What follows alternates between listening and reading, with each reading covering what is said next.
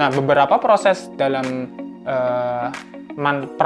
peran atau pemanfaatan data analis dalam bidang fintech itu yang pertama yaitu dalam bentuk laporan ya. Kalau data analis laporan menghasilkan laporan yang bisa memberikan wawasan operasional dan kinerja keuangan biasanya.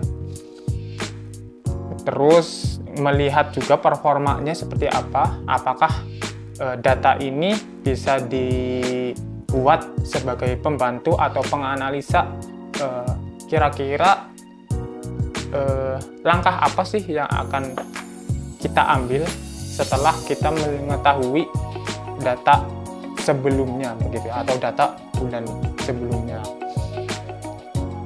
Terus untuk mengidentifikasi area yang perlu ditingkatkan juga. Biasanya kalau datanya ini berupa data penjualan, maka pasti ada salah satu produk yang memiliki penjualan paling rendah. Makanya kita bisa identifikasi bahwa produk tersebut harus ditingkatkan gitu. Nah, berikut adalah AI model workflow atau alur kerja model AI. Ini kita ambil dari Cross Industry Standard Process for Data Mining atau CRISP-DM ya. Nah, yang awalnya itu kita harus tahu dulu nih konteks bisnisnya seperti apa. Kita harus tahu pemahaman bisnisnya seperti apa. Karena kita akan melakukan proses otomasi ke dalam suatu kasus bisnis yang benar-benar unik yang dimiliki oleh perusahaan ya. Kemudian nanti setelah kita paham bagaimana proses bisnisnya, itu kita harus memahami juga datanya itu seperti apa nih. Barangkali ada beberapa variabel dalam data ini nih sebenarnya tidak masuk ke dalam kasus yang akan kita proses gitu ya. Kemudian setelah datanya sudah paham, data yang kita siapkan itu sudah paham, itu kita harus mempersiapkan datanya. Nah, persiapan data ini bertujuan untuk proses selanjutnya sebenarnya. Persiapan data berhubungan sama kesiapan data untuk dilakukan modeling. Dalam melakukan modeling, itu tidak semena-mena kita akan masukkan data ya. Data itu harus disiapkan benar-benar siap gitu ya.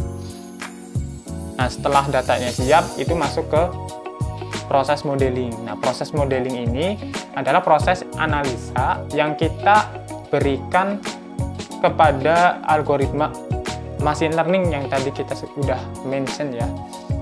Tuh.